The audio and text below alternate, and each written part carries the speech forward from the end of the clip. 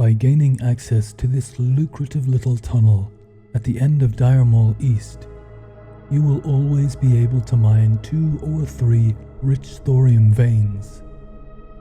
Those who can complete this run in under 12 minutes will have access to an infinite crystal farm with no competition and 0 downtime from World PvP.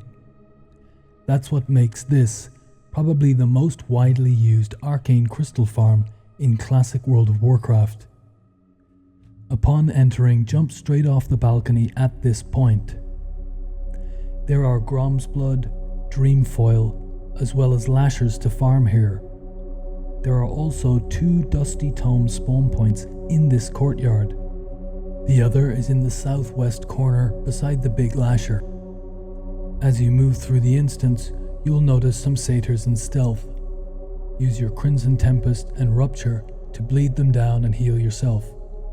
Extra greens, sometimes blues, and some fell cloth. Skipping ahead, we move round into the next room.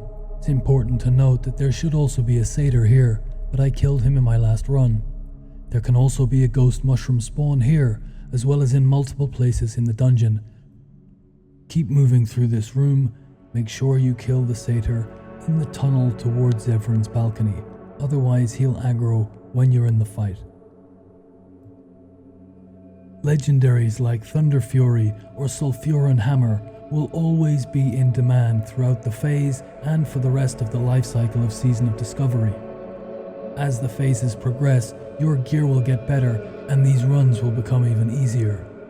I duo and trio farmed this place for weeks back in Classic, helping guildies to collect the crystals required for their coveted orange items. And while only certain ranged classes could do this farm alone, today, by combining old secrets with new changes, I'm going to show rogues how to do it solo. For my gear, I'm using the Dark Mantle tanking set. On my weapons I have Sebaceous Poison and Atrophic Poison. With improved exposed armor affecting our Sebaceous Poison, this is going to allow us to do a lot more damage to the boss. Finally, you'll want to make a macro. Target rat, cast Shadow Step. We're going to be utilizing the rats beside the altar in order to cheese LOS Zevran's sacrifice ability, which is the most difficult part of this fight to master. It has a 1-second cast time, cannot be kicked, and isn't affected by mind-numbing poison. The only ways around it are to LOS it or to use other trinkets or tricks, which I'll show you in the next kill phase. I successfully shadow stepped here. Outside of this mechanic, we're using Rupture and Crimson Tempest, as well as Evasion and Blade Dance.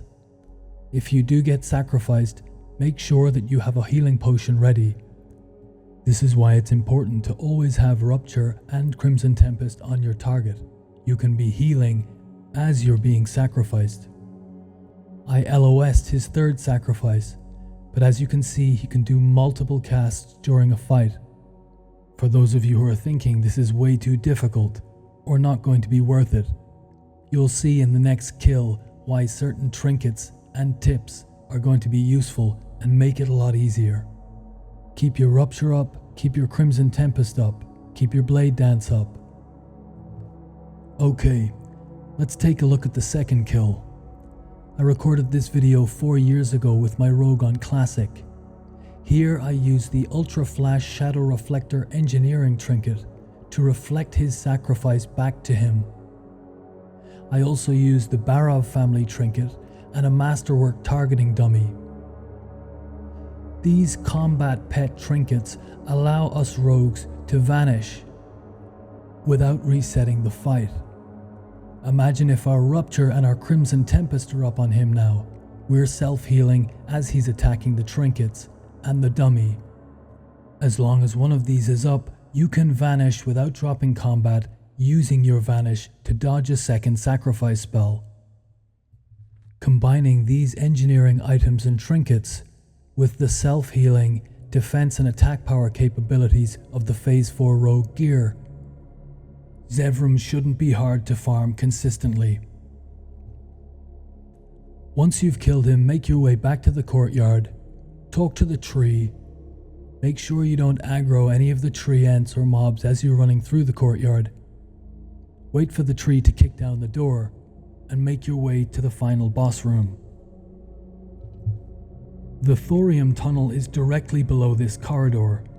At this point, when you have Find Minerals on, you'll be able to tell if you got 2 nodes or 3 in this particular instance. Be mindful when you walk into the room, there can often be one of these big warp wood tree guys right there as you're coming down the ramp. I know it seems obvious, but when you're on autopilot in here for hours, you can often run into them without noticing. Hopefully you'll be a little bit more graceful getting onto the ramp than I was. Jump down on top of this pillar and get ready for the last boss. It's important to note that you only need to get him to 50%. Once you get him to 50%, the tunnel behind him, beside that big pile of rubble, will open up. You can then vanish, sneak up the tunnel, drop stealth, and mine the veins. On the PTR, this is currently how the instance is functioning.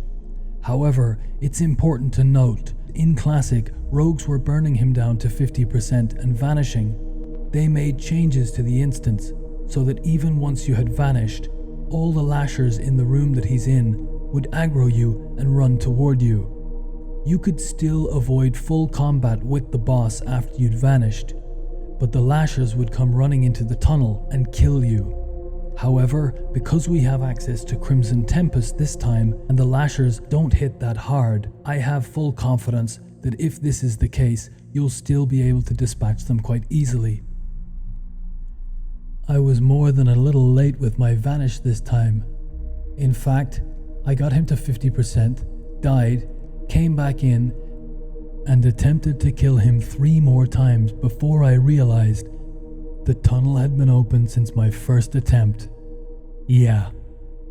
You can imagine how surprised I was after vanishing and turning around to find a safe spot to heal up, that I found the tunnel open and waiting for me. It was then that I remembered we only have to get him to 50% for the tunnel to open. Once you get here, you're good.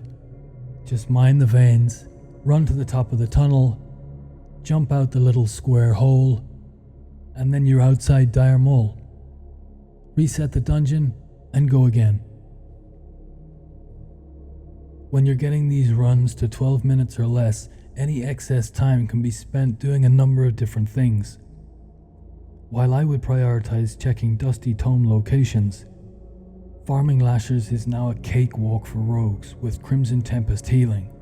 You're gonna have no problems here, especially if you're running the talent build that I've shown you. You have a double evasion and you can just Crimson Tempest, burn them down, and loot them. Lashers are a notorious farm in Dire Mole East. The herbs that they drop, as well as selling for a lot of raw gold to vendors, some of which can be sold in the auction house. Ghost mushrooms, mountain silver sage, ice caps, dream foil, and many, many more. Not to mention the greens, blues, and sometimes epics that these lashers can drop. I'd recommend starting by pulling 1 pack, learning the rotation, and then upping to 2 or 3 pack pulls when you're comfortable. This farm will be a consistent moneymaker throughout the entire life cycle of Season of Discovery. But if you're looking for the best gold farm for Phase 4, you should look at my Lower Blackrock Spire gold farming guide, which I'll link at the end of this video. If you get to 60 fast and farm Lower Blackrock Spire solo, you will be able to farm the Pattern Robe of the Archmage, the plans for the Arcanite Reaper, and the recipe for the Greater Fire Protection Potion. All of these items are BIS in their respective categories. Never has there been so many high-ticket items in one farm, but they will be at their absolute peak value at the start of the phase, so it really will be a case of first come, first served. If you made it this far, you have my sincere gratitude. Thank you. I have more secrets coming soon.